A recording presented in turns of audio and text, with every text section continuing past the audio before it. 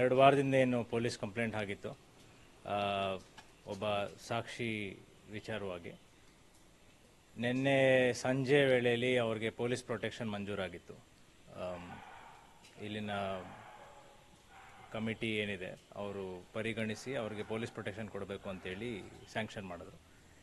ಇವತ್ತು 164 ಸ್ಟೇಟ್ಮೆಂಟ್ ಅಂದರೆ ಮ್ಯಾಜಿಸ್ಟ್ರೇಟ್ ಎದುರು ಸ್ಟೇಟ್ಮೆಂಟ್ ದಾಖಲಿಸ್ಕೊಳ್ಳೋಕ್ಕೆ ಇವತ್ತು ಅನುಮತಿ ಕೊಟ್ಟಿದ್ರು. ಸೊ ಅದಕ್ಕೋಸ್ಕರ 4 ಗಂಟೆಗೆ ಬಂದಿದ್ವಿ. 4:45ಗೆ ಬಂದು 1 ಅವರ್ ಪ್ರಕ್ರಿಯೆ ನಡೀತು. ನಾವು ಮ್ಯಾಜಿಸ್ಟ್ರೇಟ್ ಅವ್ರನ್ನ ಕೇಳಿದ್ವಿ, ವಕೀಲರಾದರೂ ಇರಕ್ಕೆ ಬಿಡಿ, ಬಿಕಾಸ್ ಅವರೇನು ಅಕ್ಯೂಸ್ಡ್ ಅಲ್ಲ, ವಿಟ್ನೆಸ್ ಆಗಿ ಬಂದಿರೋದು. ಸೊ ಬಟ್ ಪ್ರೊಸೀಜರ್ ಅಲೌ ಮಾಡಲ್ಲ ಅಂತೇಳಿ ಅವರು ಏಕಾಂತವಾಗಿ ಪ್ರಶ್ನೆ ಕೇಳಿ ಸ್ಟೇಟ್ಮೆಂಟ್ ದಾಖಲು ಮಾಡಿದ್ದಾರೆ. ಸೊ ಸದ್ಯಕ್ಕೆ ಅಷ್ಟಾಗಿದೆ. ಏನು ಕಂಪ್ಲೇಂಟಲ್ಲಿ ಸ್ಕೆಲಿಟನ್ ಅಥವಾ ಕಲೆವಾರಿ ಏನಿತ್ತು ಅಂತ ಹೇಳಿದ್ದಾರೆ, ಅದು ಈಗ ಹ್ಯಾಂಡ್ ಓವರ್ ಮಾಡೋ ಪ್ರಕ್ರಿಯೆ ನಡೀತಾ ಇದೆ. ಫೋರೆನ್ಸಿಕ್ ಡಿಪಾರ್ಟ್ಮೆಂಟ್ ಅವರು ಬಂದಿದ್ದಾರೆ, ಈಗ ಮಹಾಜರ್ ಮಾಡ್ತಾ ಇದ್ದಾರೆ.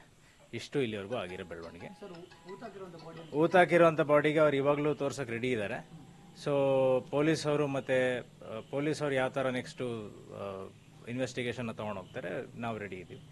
ಬಟ್ ಹೂತಾಕಿರೋ ಬಾಡಿನ ತೆಗೆಯುವ ವಿಷಯವಾಗಿ ಇವತ್ತು ರೆಡಿ ಇದ್ದೀವಿ. ಸೊ ಆದಷ್ಟು ಬೇಗ ಆದರೆ ಒಳ್ಳೆಯದು. ಅದನ್ನು ನಾವು ಪೊಲೀಸರ ಹತ್ರ ಮನವಿ ಮಾಡ್ಕೋತಾ ಇರೋದು, ಬಿಕಾಸ್ ಸಾಕ್ಷಿ ನಾಶ ಎಲ್ಲ ಆಗಬಾರ್ದು.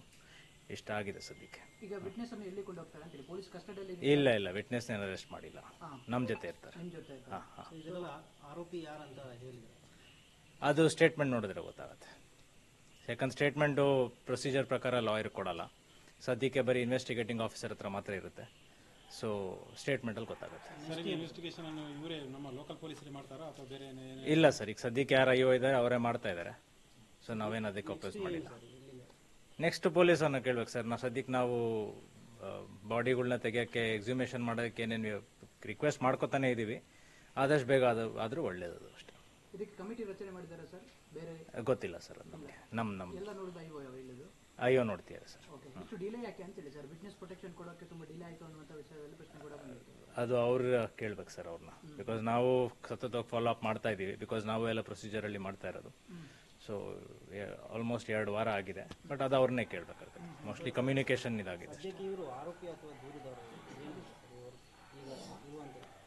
ಸರ್.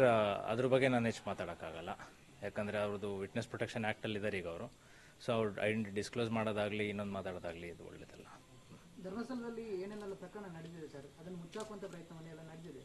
ಸೊ ಇವರಿಗೆ ಯಾವ ರೀತಿಯ ಸೆಕ್ಯೂರಿಟಿ ಬೇಕು, ಇದನ್ನು ಕೂಡ ಬೇರೆ ರೀತಿಯಾಗಿ ಕೊಂಡು ಸರ್, ವಿಟ್ನೆಸ್ ಪ್ರೊಟೆಕ್ಷನ್ ಆ್ಯಕ್ಟ್ ಕಾಯ್ದೆ ಅಡಿ ಏನು ಸುಪ್ರೀಂ ಕೋರ್ಟ್ ಗೈಡ್ಲೈನ್ಸ್ ಇಶ್ಯೂ ಮಾಡಿದೆ, ಆ ಗೈಡ್ಲೈನ್ಸ್ ಪ್ರಕಾರ ಪೊಲೀಸ್ ಅವ್ರು ಕೊಡ್ತಾ ಇದ್ದಾರೆ ಸೆಕ್ಯೂರಿಟಿ. ಸೊ ನಮ್ಗೆ ಅದು ಬಿಟ್ಟು ಇನ್ನು I don't want to comment unless next exhibition ಆಗೋದು. Let's not comment.